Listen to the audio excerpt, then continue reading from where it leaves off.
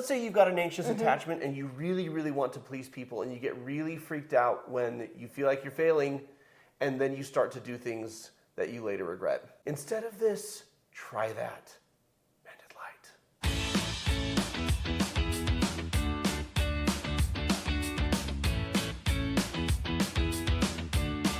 Okay, so we're going to talk about what specifically to say or do instead of what you've been saying and doing if you've got an anxious attachment style. I relate to this. So with anxious attachment, you may remember inconsistent parenting or inconsistent caregiving. So you're constantly trying to win approval, right? You're trying to do exactly the right thing so that people want you around, so that you have acceptance and belonging. What tends to happen with anxious attachment style is that people engage in pursue patterns. If there's a conflict and the other person needs time, the anxious person often doesn't want to give it to them because until this is resolved, I'm in a really agitated, elevated state. We need to talk about it right now. And so they pursue and people withdraw, and that pattern goes on until the chasm between them gets bigger and bigger. So we're going to talk about what to do instead of doing that. When you're caught in the middle of it and you don't know, like you don't know these are patterns of behaviors that aren't really serving and supporting you, and you don't even know where they come from, like there's some point you get exposed to information where you're like, that's me, right? So meet that with compassion, meet that with understanding. We came by our behavior patterns, honestly. In the therapeutic world, they like to call them dysfunctions or even maladaptive behaviors. I'm like, whatever. There's so much judgment to me associated with those words. If you can use those words without judgment, awesome, do it. But I'm like, behavior patterns. We all have behavior patterns. And are those behavior patterns serving and supporting us? And if not, what can we do differently? And then once we know more, what do you say? Well, once you know better, you do better. Right. And that's true for all of us. If you're an anxiously attached person, you might say something along the lines to a partner or friend or loved one, you never want to spend time with me. Or why don't you want to spend time with me? Why are you never here? Yeah. You say like, you always, you never. It comes out as criticism. Yeah. Sure. And so we don't want to use always and never because they're very rarely true, right? But if that is the way you communicate, hey, I'm feeling alone and I need connection, that doesn't actually create connection, right? What it does is creates distance because people get defensive or they feel like they're not appreciated. Yeah. So and once again, you're usually anxious and avoidant are usually paired together. And so it's a different set of creating safety and security, emotional safety and security, which for the anxious and avoidant, it's not secure, right? But the way they go about feeling insecure is opposites. And so that's sure to send you into an emotional tailspin in your relationship. Yeah. And you guys are both just saying to each other, I care about you so much. Why won't you connect in a way that feels healthy and safe for me? Yeah, well, and the way that they both try to manage that feeling of insecurity negates what the other person needs. Right. Which we're going to get to in another video coming down the line. We're going to talk about avoidant attachment and what to do and what not to do. We're going to talk about, we're talking about anxious now, and then we're going to talk about avoidant, and then we're going to talk about what to do if you're paired together. So instead of, you never want to spend time with me, try this instead. I really admire your dedication and hard work, and I've been feeling a bit disconnected lately. I miss you, and I believe we'd feel emotionally supported by setting aside some time to reconnect. How do you feel about that? Why do you feel that's such a powerful reframe? Yeah. Well, because it's starting with, here's what I admire about you, right? That's what they're literally saying at first. I really do appreciate this type of behavior. And I'm also feeling disconnected. I love that and instead of but. Yeah. Right? I really appreciate and admire how hard you work, but I'm feeling disconnected right now. Kind of like cancels out the compliment energetically, it negates it. So to say and is just making space for both to exist. I can admire how hard you work and how dedicated you are to your career and to providing, and I feel disconnected. And when you say I miss you, it is expressing, there's no blame, there's no you're letting me down, which puts someone in a defensive position. It's an invitation, and it's a vulnerability, and it's a compliment, all in one. I miss you. You're missable. right? And sharing that. And then a solution, I believe we'd both feel supported if we made some time to connect. Yeah. And then asking, what do you think about it? Like, it's a perfectly packaged. How do you feel about that? What do you think about that? You know, whatever, like ending it with a question. Mm-hmm. And this whole statement is tailor-made to strip away defensiveness, to strip away anyone feeling attacked, and to get to a place of, I want to connect with you in vulnerability. And I just look at that and I'm like, I just want to kind of memorize that one, actually. Yeah. Not just for this circumstance, but the structure of it, to use this in other situations. Well, and we're presenting this idea, and really this came from Secure Love. Like this example came from the book Secure Love. The book Secure Love by Julie Manano, and she's got lots of amazing examples in there. And it's about understanding the principles and then putting it into your own words, right? It's not, oh, well, you need to say it exactly like this, right? Because we all have a little bit different languaging and words that we use and how we express ourselves. But I will be honest that there was a couple that I was like, I need that, and I saved them, and I've literally used it word for word. So it wasn't like me having to memorize it. But yeah, so there's options, right? There's options, there's choices, there is support. A note on defensiveness. When you are feeling defensive because your partner is, or you perceive that they are overly critical, recognize that this tends to be a coping mechanism for anxious attachment styles. But the truth is that anyone can be defensive, any of the attachment styles. So, here's another example. You're the one that yells. I only yell because you yell. Ooh, I'm feeling called out by that one. Okay.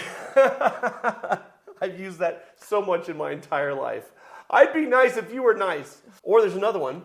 That's not true. I'm doing my best and you refuse to appreciate anything about me. Now, these are good examples of defensiveness takes two forms, right? One is launching a counterattack.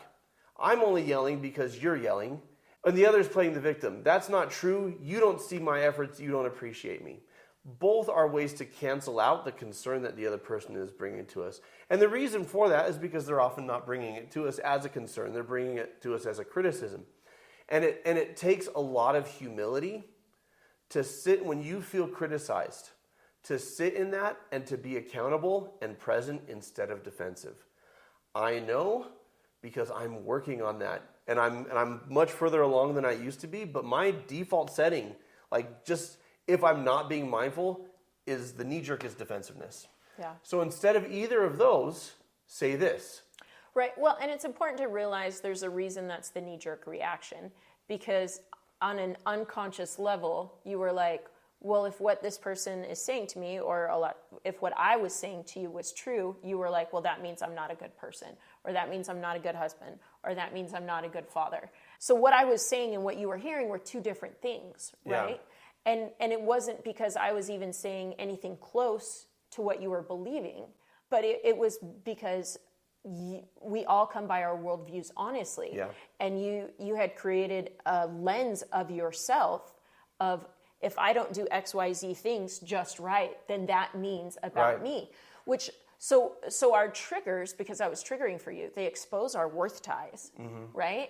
And we can either live a life where we are controlled by our worth ties and bound by them, or we can start cutting them and saying, my worth as a father isn't attached to me performing in a certain way. My worth as a husband isn't attached to me performing a certain way. My worth as a person isn't attached to anything. Yeah. Well, and I do think, to your point, early on, you brought with you kind of the critical style of your upbringing, right? For sure. But you worked really hard on converting criticisms to concerns. Yeah. And even when you were addressing them as concerns, I was still taking them as criticisms until I did the work that you were talking about there. Yeah. So for me, from my perspective, I would say that shifted about 7 years in, right? Mm-hmm. And that was when, that was about the time we put together our personalities course, where I began to have a deep understanding of like, oh, it's not right and wrong. Like here's what I value and here's what you value. Yeah. And that worth ties conversation, because that was a lesson that we added to that personalities course a few years after, I think, it first went out. And it's just so powerful. And I've taught that content all over the world in developing countries. Yeah. And it's so supportive because that is the human challenge. That is the human condition. Okay, so what to try instead? Right. Instead of either of those defensive statements, just as a reminder, it's, well, I'm only yelling because you're yelling, or you're not seeing the good that I do. You know, why are you being so mean to me? Instead of either of those statements, try, what you have to say is important to me, and you have a good reason to be afraid you won't be heard because of all the negative cycles we've been stuck in. I want to hear you, but if it comes at me like that, it just hurts. Can we try this in a different way? I love this because it's acknowledging, because the person who is yelling, they're yelling because they're upset, because they're hurt, because they're scared. Like, there is something very real and vulnerable going on for them. But instead of just saying, okay, it's okay that you're yelling and I'm just going to make it work. Hey, I want to hear you, and I understand that there's a fear that you won't be heard here because that's been the cycle. I'm letting you know that when you talk to me like this, I feel defensive or I feel threatened. And I want to be able to be present for you, so can we try this in a different way? And you may watch this and go, well, that's not always going to work. None of this is always going to work. No. Well, and that's part about recognizing the negative cycle and doing your part to break it. Yes. You can't control what the other person does. Yeah.